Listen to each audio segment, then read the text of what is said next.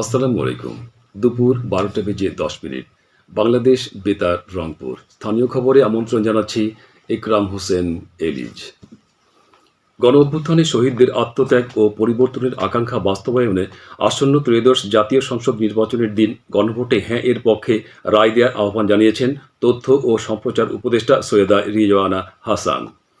গতকাল রংপুর শিল্পকলা একাডেমি মিলনায়তনে গণভোটের প্রচার ও ভোটার উদ্বুদ্ধকরণ অনুষ্ঠানে তিনি প্রত্যেককে নিজ নিজ অবস্থান থেকে গণভোটে হ্যাঁ এর পক্ষে প্রচারণা চালানোর তাগিদ দিয়েছেন।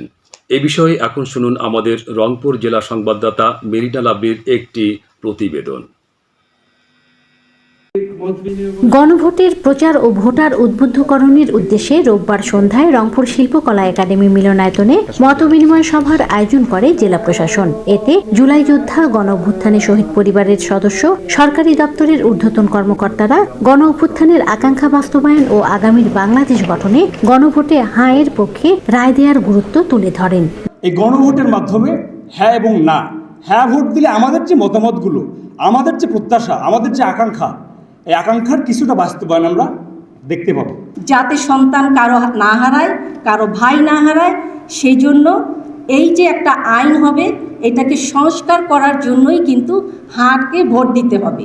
সবাই স্বীকার করে নিয়েছে যে এই সনদ আমাদের জাতীয় জীবনে অত্যন্ত গুরুত্বপূর্ণ, কিন্তু সেটির একটি আইনি ভিত্তি থাকা দরকার। সেই আইনি ভিত্তিটার জন্যই কিন্তু এই গণভোট। যে আকাঙ্ক্ষা বাস্তবায়নের জন্য আপনি দীর্ঘদিন 17টি বছর আপনি ভোট থেকে বঞ্চিত হয়েছিলেন, এর মধ্য দিয়ে আপনি রাষ্ট্রীয় কাঠামোর পরিবর্তনে অংশ নেবেন। জেলা প্রশাসন রংপুর নির্বাচন ও গণভোট সংক্রান্ত সকল কার্যক্রম আইনানুগ, নিরপেক্ষ ও স্বচ্ছভাবে সম্পন্ন করতে বদ্ধপরিকর। গণ অভ্যুত্থানে শহীদদের আত্মত্যাগ, পরিবর্তনের আকাঙ্ক্ষা বাস্তবায়ন ও 54 বছরের অবিচারের পরিসমাপ্তিতে গণভোটে হাঁ ভোট দেওয়ার আহ্বান জানান মতবিনিময় সভার প্রধান অতিথি তথ্য ও সম্প্রচার মন্ত্রণালয়ের উপদেষ্টা সৈয়দা রিজওয়ানা হাসান। পরিবর্তনের পক্ষে যদি আমরা থাকতে চাই, আমাদের ছেলে মেয়েদের যে চরম আত্মত্যাগ, অভিভাবকদের যে চরম আত্মত্যাগ, আমরা 54 বছর যে অবিচারের মুখোমুখি ছিলাম, এইটার পরিসমাপ্তির প্রথম পর্ব হিসাবে আমরা গণভোটে হ্যাঁ ভোট দেওয়ার জন্য আপনাদের প্রতি উদাত্ত এবং আন্তরিক আহ্বান জানাচ্ছি। জেলা প্রশাসক মোহাম্মদ এনামুল আহসানের সভাপতিত্বে মতবিনিময় সভায় বিভিন্ন সরকারি দপ্তরের কর্মকর্তা, সুশীল সমাজের প্রতিনিধি, ক্ষুদ্র নৃগোষ্ঠী, ধর্মীয় নেতা, সামাজিক সাংস্কৃতিক সংগঠনের নেতৃবৃন্দ ও গণমাধ্যম কর্মীরা উপস্থিত ছিলেন। মেরিনা লাভলি, বাংলাদেশ বেতার, রংপুর। এদিকে তিস্তা মহাপরিকল্পনা বাস্তবায়ন নদী এলাকা পরিদর্শন করেছেন চীনা রাষ্ট্রদূত ইয়াও ওয়েন ও পানি সম্পদ মন্ত্রণালয়ের উপদেষ্টা সৈয়দা রিজওয়ানা হাসান। আজ সকালে তারা রংপুরের কাউনিয়া উপজেলার তিস্তা সড়ক ও রেল সেতু সহ তিস্তা নদীর ভাঙ্গন প্রবণ এলাকা পরিদর্শন করেন। এ সময় রংপুর পানি উন্নয়ন বোর্ডের নির্বাহী প্রকৌশলী রবিউল ইসলাম উত্তরের 5 জেলা বেষ্টিত তিস্তা নদীর গতি প্রকৃতি ও সংকট তুলে ধরেন। পরিদর্শনকালে রংপুর জেলা প্রশাসক মোহাম্মদ এনামুল আহসান সহ প্রশাসনের ঊর্ধ্বতন কর্মকর্তাগণ উপস্থিত ছিলেন। বাংলাদেশ জাতীয়তাবাদী দল বিএনপির প্রতিষ্ঠাতা ও বহুদলীয় গণতন্ত্রের প্রবর্তক শহীদ রাষ্ট্রপতি জিয়াউর রহমান বীর উত্তমের 90তম জন্মবার্ষিকী আজ। 1936 সালের এই দিনে তিনি বগুড়ার গাবতলীর বাগবাড়িতে জন্মগ্রহণ করেন। বর্ণাঢ্য কর্মজীবনের অধিকারী শহীদ রাষ্ট্রপতি জিয়াউর রহমান বাংলাদেশের গণমানুষের কাছে বাংলাদেশি জাতীয়তাবাদের প্রবক্তা ও বহুদলীয় গণতন্ত্রের প্রতিষ্ঠাতা হিসেবে স্বীকৃত হয়েছেন। শহীদ রাষ্ট্রপতি জিয়াউর রহমানের জন্মবার্ষিকী উপলক্ষে আজ থেকে 2 দিনের কর্মসূচি পালন করছে বিএনপি।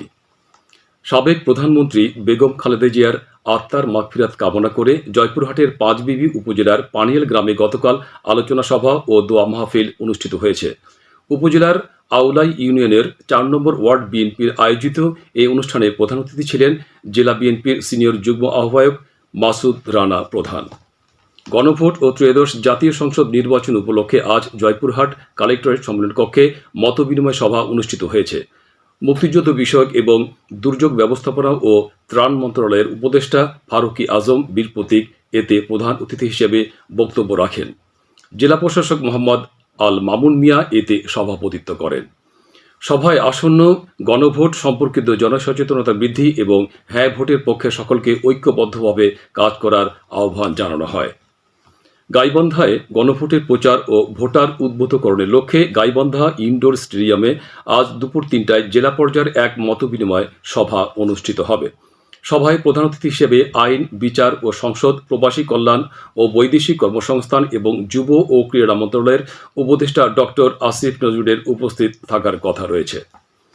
গণভোট ও নির্বাচনে বাংলাদেশ বেতার শীর্ষক কমিউনিটি ব্রডকাস্ট অনুষ্ঠান আগামীকাল বিকেল 4টায় রংপুর কেন্দ্রীয় শহীদ মিনারে অনুষ্ঠিত হবে। বাংলাদেশ বেতারের উপমহাপরিচালক SM আবুল হোসেন এতে সভাপতিত্ব করবেন।